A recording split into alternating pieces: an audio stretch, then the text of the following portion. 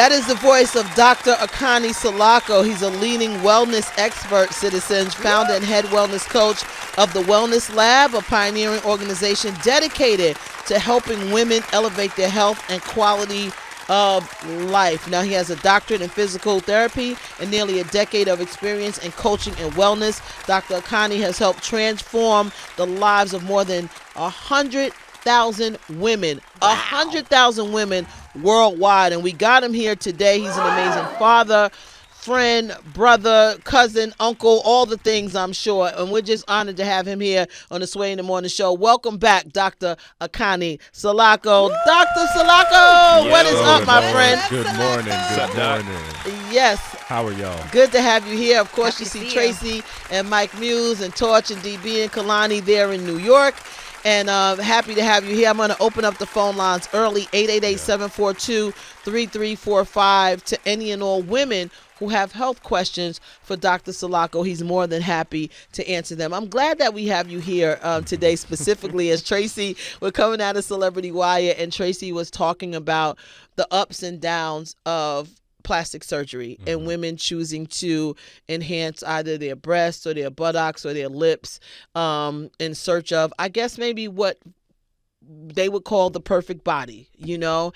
And as I say the word perfect body, I remember a post that you put up featuring Teyana Taylor, who's a friend of the show and who we all love. And I think every time we see her, especially now during award season on the red carpets, your mouth just drops as how she looks in her dresses, how she walks, how she's able to fit clothes and style herself together so beautifully, you know, in my opinion. But as I said during the break with Celebrity Wire, I don't think people realize the work that went into the shape and form of her body.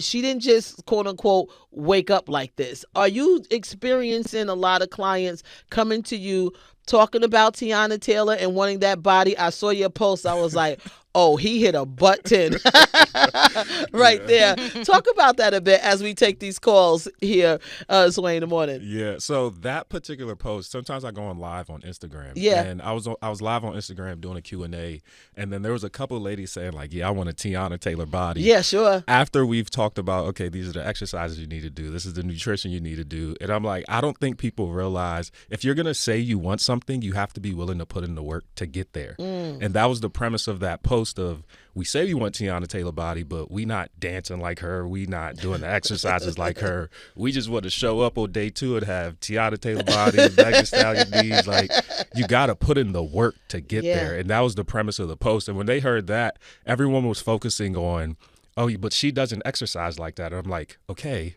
but she's still active. She's still intentional with her food. She's still intentional with her healthy lifestyle. Yeah. That is the premise that we're missing. If you want a certain thing, you have to change your habits to get there. How do people know? That's always fascinating to me, but how do people know how someone exercises? Like, I kind of find out, like, we see all these athletes. We see LeBron. We see John Morant. We see Ant-Man. We see all these athletes every single week or day playing basketball. We're in the middle of winter games. I don't see a lot of posts with them working out, but I know they work out. Yeah. You know, so how can people form that conclusion about somebody don't work out like that? Every time I look at Mike Muse's post, Mike Muse is on a jet, on a set, and about to go someplace else. Yeah. But I know he works out. You know what I mean? He doesn't post him being in the gym. So how can people make that assumption? Yeah, like, even with her, it was funny because I went to her page and there's videos on, even if it's her page, there's videos of her literally in the gym doing workouts. Right. But even if we don't see those things, there's proof in how someone carries themselves. There's proof. You can tell when someone walks up to you, okay, this person, they be in the gym. Well, because, yes, we have genetics, but at certain points, your genetics only go but so far. Like, if you have muscle, there's going to be proof that you've been in the gym. If you are living a certain lifestyle, there's proof behind it in how someone shows up, someone's energy. So those are the things and, like, key traits that you can look out for. Wow. Well, we got some calls already, Dr. Salako. 888-742-3345. I'm going to start with Leisha, and if Mike or Tracy has a question as well, please feel free to hop in. Leisha, you're in Cali. How you doing? Say good morning to Dr. Salako. He's here with us live. Hey, Leash. Hi, good morning. First time caller. Ooh, We got our first time caller, Touchy Torch.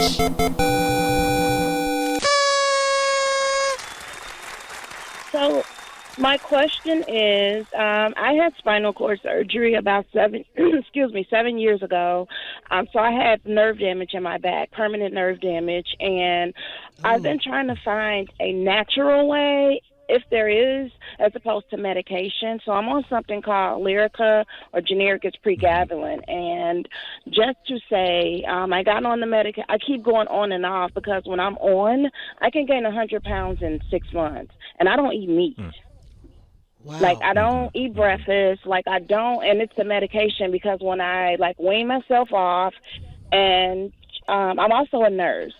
So, I'll, like, take a some PTO time for myself, vacation for, like, a month to 6 weeks when it's available. And I'll wean myself off, and I can drop down 45, 50 pounds in 2 months. But as soon as I go back on it, I blow back up. So I don't know, like, is there a natural way to, like, I don't know. Yeah. A natural way for what specifically? Like a natural way to handle your pain? The nerve damage in my back. So, like, I guess, like, my nerves kind of misfire, which causes pain. But, like, I can get through the pain, but by me being a nurse, then I won't be able to perform my duties as much. Right. Right. So I don't know if technology has, like, I don't know. Yeah, the only thing when it comes to nerve damage in relation to like muscle damage and everything else, depending on how severe the damage is, when it comes to our nerves, recovery isn't the same as if muscle. If I sprain my muscles, I can easily recover from that. But if we start to have severe nerve damage, which sounds like in your case, there is a certain point where recovery isn't possible depending on how severe the nerve damage is, and that's where those medications and things start to come into place. Now, if that specific medication isn't the one that is conducive for you when it comes to like the weight loss and all of those things, have the conversation with your doctor to see, are there other alternatives that we can implement to allow me to help with my pain management, but it doesn't pack on this weight as well? Or is there something we can put in place that helps with the pain, with the weight loss as well, as we're doing both? Okay. Thank you. And you can also follow Dr. Salako on Instagram, and you can DM him as well. He's at Dr. Salako, Salako, if that can help you out if you need more time. Thank you so much. You're welcome. You're a citizen. I'm swaying on it. We got Anelise. Anelise is on the line calling in from New York. Hey, Anelise, what's your question for Dr. Salako? Hey, Anna. Hello. Thank you so much for taking my call. First-time caller. Thank you. Good morning. We got another one, Torch. Wow. Dr. Salako bringing them out. Yes. I have a more generic question, but it's more so, what advice or medical advice do you have for PCOS women out there? There are a lot of us. And it comes with a slew of symptoms, a slew of just everyday struggles. And I just want to know if you have literally any advice. It's been my whole life, and it's been over 20 years. Yes. She said PCOS. Yes, what does that mean? PCOS. Polycystic ovarian syndrome. So yes, correct. In my experience, and obviously you're a doctor, but in my experience, to get diagnosed, you either need to have an increase in testosterone or a missed period. So you need to have two of three things. So an increase of testosterone, a missed period of more than 3 months, or cysts on your ovaries. And the cysts can also be very painful. They can erupt. And again, it comes with everything else, but you're a doctor, so I'm going to let you do that. So when it comes to PCOS, there's three major areas if we simplify how we tackle the nutrition, the exercise, and the lifestyle. If we're looking from a nutrition standpoint, we want to focus on whole foods, one ingredient foods, because oftentimes the biggest thing that we're looking at is like cortisol, insulin resistance, because oftentimes with ladies who have PCOS, they have insulin resistance as well. So we want to be monitoring our carb intake. Are we getting foods that are higher in fiber? Our first thing that we're having in the morning, we can't have, I know know I always joke about the Starbucks, but we can't have the Starbucks. We can't have the sugary things in the morning. We want to make sure that we're pairing foods with a decent, adequate amount of fiber. 25 grams of fiber per day is your target. This will help with some of that insulin resistance and those wanes and like waves when it comes to like energy levels. From an exercise standpoint, I know everyone wants to jump to like the HIIT workouts and the high intense things. That is not what your body needs right now. Traditional strength training, the low and slow, those are going to be the best things for you. And then from a lifestyle perspective, let's start walking more. Let's start getting better sleep, handling our stress. Because again, for the ladies who have PCOS, typically their cortisol levels are higher. What are some things that we can do to reduce our cortisol levels? Getting better sleep, walking a little more, increasing our water intake. So if you tackle those 3 things and do them consistently enough, you should start to feel a little better. Okay, that's really, really good advice. And I guess just one other question, like how much water are you supposed to drink a day? Because I definitely try, but I don't really exactly know how much. So it's half your body weight in ounces of water is what you want to aim for. And then it's 12 additional ounces for every 30 minutes of activity that you do. If you sweat a lot, then I would bump that up a little more. But if you don't sweat a lot, then half your body weight in ounces of water is a pretty significant amount of water for most people. And if you sweat a lot like myself, I sweat at night. So I do an electrolyte supplement, whether it's like Ventrapal or something like that. I do electrolyte supplement in the morning because I'm typically dehydrated because I sweat so often. Wow. But your main target is half your body weight in ounces of water. Okay, perfect. Thank you so much. That's really helpful. Yeah, he's amazing, Anelise. Follow him on Instagram at Dr. Salako, Salako. Before we take another call, I started the show, Tracy G, Mike, and team, and citizens, about me saying I've started this program last month, the last time he was here. And you guys know I keep it 100 with everything. And we've been in contact since. So I've had to travel with the drink that I drink twice a day. Yeah. I don't always have time to do it twice a day, but at least once a day I've been doing it. And what I will say, and I sent a screenshot to Dr. Salako, is that my blood pressure has been absolutely amazing. Yeah, love that. My blood pressure has not been this stable and this normal in probably 15 years. Oh my gosh. I kid you not. Like I can't even believe my blood pressure right now. And my job hasn't changed. I've always been a busy person, so to speak, whatever that means. But because of, I believe, me being a little more conscious of what I'm doing and making those choices. I think you mentioned food choices when you talked about Teyana Taylor. There's something in my blood pressure that changed dramatically. Like when I think I sent you maybe 123 over 83 or something, you was like, wow, that's perfect. I have not seen those numbers in 15 years. I kid you not. And so the headaches are gone, so to speak. There used to be a pain in my left arm at times. That's gone. And it's incredible. And that's why I even asked you too, this drink with I'm drinking water and apple cider vinegar and doing the things necessary that's in this drink. But is it also a food suppressant? Because I find myself not craving certain things because I'm turkey burgers, I'm pizza, like French fries. I love good meals. So well, and I'm saying that they're good. I love what I consider good comforting meals. Does it serve as a suppressant to some degree? To some degree, yes, because apple cider vinegar. So apple cider vinegar is an appetite suppressant. So that serves to some degree. And then the increase in fiber. That's why whenever someone is trying to lose weight, I harper on getting fiber. Ideally, yes, for World Health Association, 25 grams of fiber per day for women is the target anyway. But if you're getting more fiber in your diet, you're going to be fuller. So now those cravings and all of that is gone because you're full from the amount of fiber. Then if we have more fiber, we have more protein in our diet.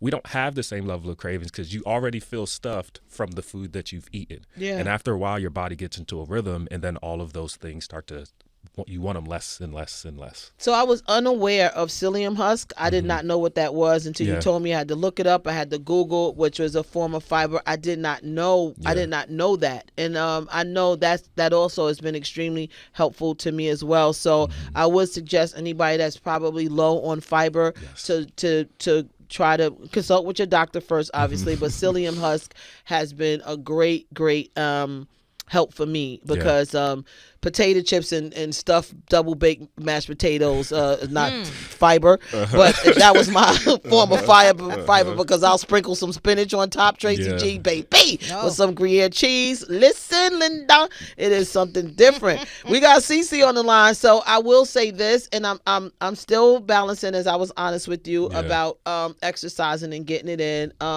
Every day is not 30 minutes. Sometimes it's 15. Sometimes it's 10. But what keeps ringing in my head is 5 minutes is better than nothing. Yes. So I try to get that in every single day. And I appreciate you for it, for real. It's been amazing. And I'm telling y'all as living proof, like, it has helped me out tremendously, especially with my blood pressure. But we got Cece on the line calling in from Missouri. And Cece is a road warrior. Shout out to all the road warriors out there. What's up, Cece? What's up, Cece? Good morning, good morning, good morning. Happy Women to Women Wednesday. That's right. Woo, woo. Yes. Woo, woo. So my question, good morning to everyone. Thank you for taking my call. Dr. Salako, being a road warrior is definitely a challenge, especially when you're a woman, but as for men as well, and that because we are not always afforded the luxury of being able to, take a walk or work out, like we want to. We try our best. My husband and I are team drivers, and when we do stop, we try to, because we're on the hustle all the time. We have to park. We park as far away from the front door of wherever we're at to be able to get that walk in and walk back. But we're not always afforded that opportunity. I just was wondering, if there's any advice that you could give us, and if maybe in the future you could concentrate on something for road warriors. Well, I appreciate you asking that. So nutrition is going to be your saving grace, because we can't be as active based off of what you do for work. So we have to dial in when it comes to our nutrition. And whether that is, let's say I'm stopping at a restaurant. Most of the time we stop at a restaurant and we just go based off of whatever their options are for what we're ordering. So let's say we stop at a simple place like Chick-fil-A. You're going to get the burger, you're going to get the fries, you're going to get the drink or the smoothie or whatever. How about we customize our order? Let me get the burger that I was going to get anyway, but let me get a side of fruit and some water. Or let me get a side salad and some water. So your biggest saving grace is going to be your nutrition, where or start to edit the things that you're getting from these different restaurants. I always want you to think of, what is my protein source and what I'm ordering? What is my fiber source? If I have those two things, then I can get my little something sweet or whatever I'm craving in that moment. But as long as every time you're going to your various restaurants or where all the places that you're stopping, if you know you're hitting your protein, you know you're hitting your fiber, everything else falls in line. Exercise-wise, it sounds like you're doing the best that you can. Parking further away, if you guys stop at certain points and you go for a walk. Outside of those things, I think you're doing the best that you can on that front within the parameters of what you have. Does that help, Cece? Definitely. It does. I mean, we do that now. We try our best. Like today, obviously, it's Ash Wednesday. And I am a practicing Catholic, so I have my water and my grapes next to me right now because of the fasting until this evening. But this morning, I knew that I needed something, so I drink a core every morning, and I couple that with a pack of Belvita. It helps me for 4 to 5 hours. I'm not craving anything. I normally don't crave. Like when I do, if I do, it's like every now and then I got to be in the mood for chocolate. But recently, I don't know what it was. I guess my body needed the fruit. One day we just stopped real quick and I got every single fruit that was inside the truck stop that they had, and my husband said, we don't have all this room in the refrigerator for that because we don't have a lot of room there. But it's I got a salad waiting for me for later. Nice. It's and I don't eat a whole lot, but I definitely have a midsection. I've been doing this for 3 years now with my husband. He's obviously been on the road longer. He's been on the road for 23, but I also have high blood pressure, and Yeah. you know, I can't get it to go down. And then I thought, you know, hey, let me try this GLP-1, you know, and stuff. Since I'm on the road, you know, maybe that'll help to take off some of this extra weight that I put on in the 3 years, you know, Yeah. and stuff. And I have spinal bifida, so I definitely feel it, you know. And I also have an autoimmune disease that affects my joints, but you know, Yeah. I pay attention to the foods that I'm putting in my body, and then every now and then I'm like, hey, I really want a burger, you know. I have. And I was gonna Go say I ahead, have I'm sorry. two quick questions for you. One, do you have like Yeah. a smartwatch, Apple Watch, or anything like that? I do, but I don't wear it. I was getting Okay. to the point when I was wearing the Apple Watch, I was getting shocked. So I said, you know what? I'm done with this. I'm not going to wear any watches, you know, and stuff. No Apple Watch, Yeah. you know, and stuff. Nothing of that sort. So Okay. I'm sorry that you were getting shocked. If we wanted to implement like a Fitbit or something, why I'm saying that is two things we need to determine is, number one, a rough estimate of how many calories you're burning per day. Once we figure that number out, I'm going to give you a cheat code. At the end of your day, I want you to write out everything that you ate that day. Try to be as specific as possible. Go to ChatGPT, plug that in and say, give me my macros, give me the sodium amount. Now you have a rough estimate to compare. This is what I ate today. This is how much sodium that I had. This is how many calories that I had. And I can compare it to what this watch says is my daily activity limit.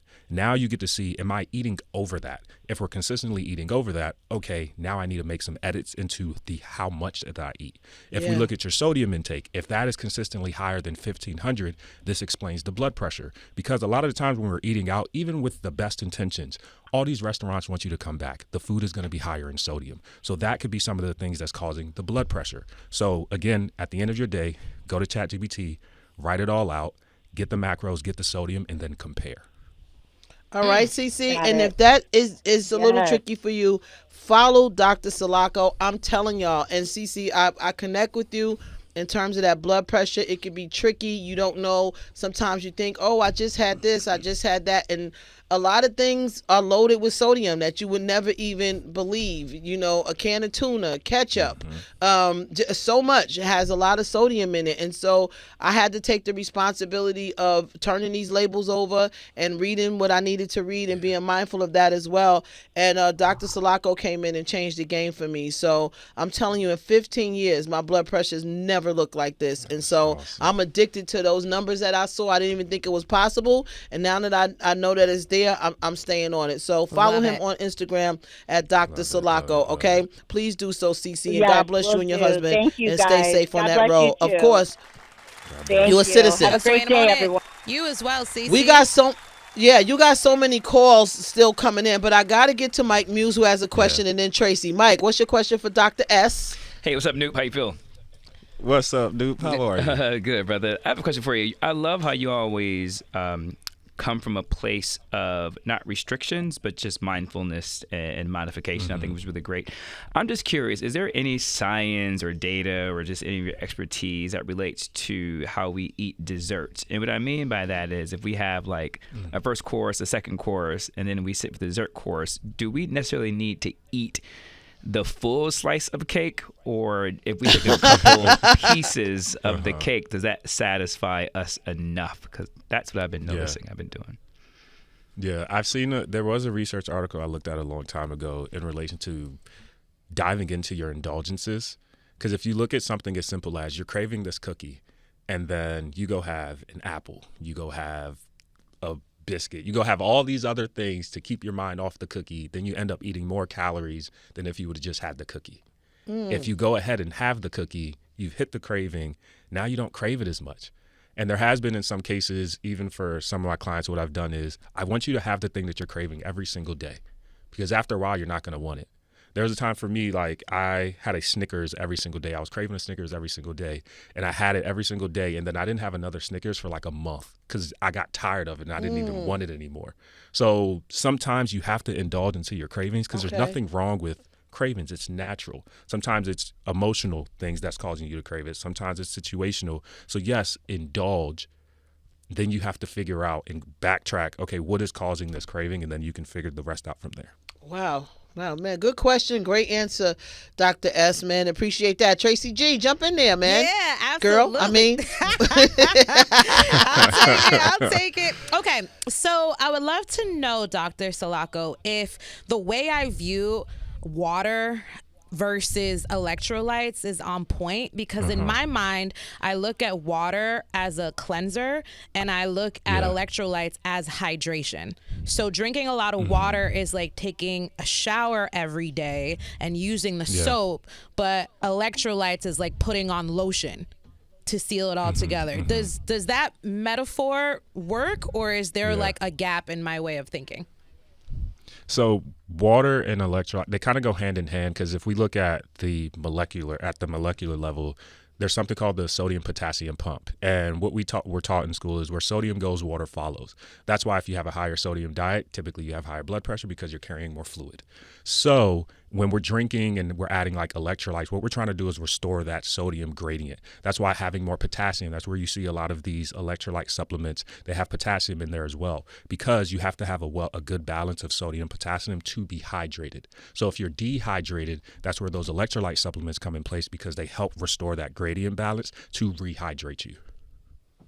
Gotcha. So you need both.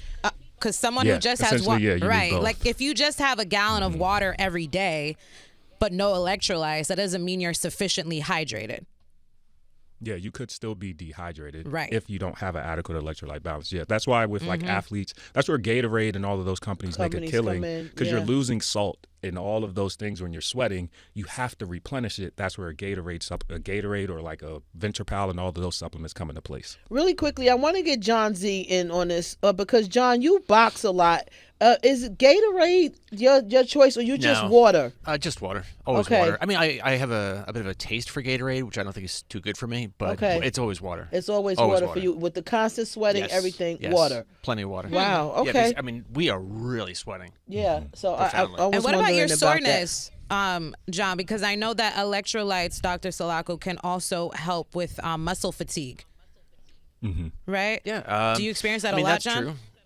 I mean, yes, I do. My knee is still injured, and I find that if I don't drink enough water, my muscles are a little sore. So yes, I do stay hydrated quite a bit. Wow, I take it very seriously. Yeah, very, very seriously. A question that we don't get often, but Dante's on the line calling in from Colorado. You got a question, Dante, for the lady in your life? Dr. Salako is here. We'll take the question now. What's up? Oh, yeah, I have a question for the lady in my life. So all the women, including myself, worried about losing weight, but she's trying so hard to put the weight on. Any advice I can try and give her? Yeah.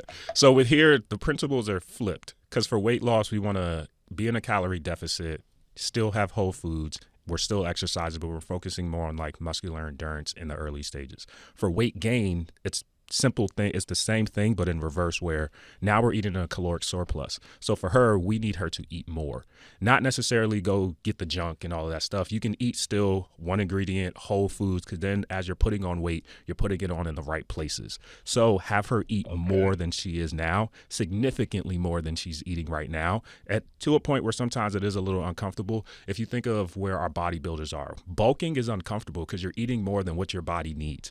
But we're doing it because we're trying to gain weight.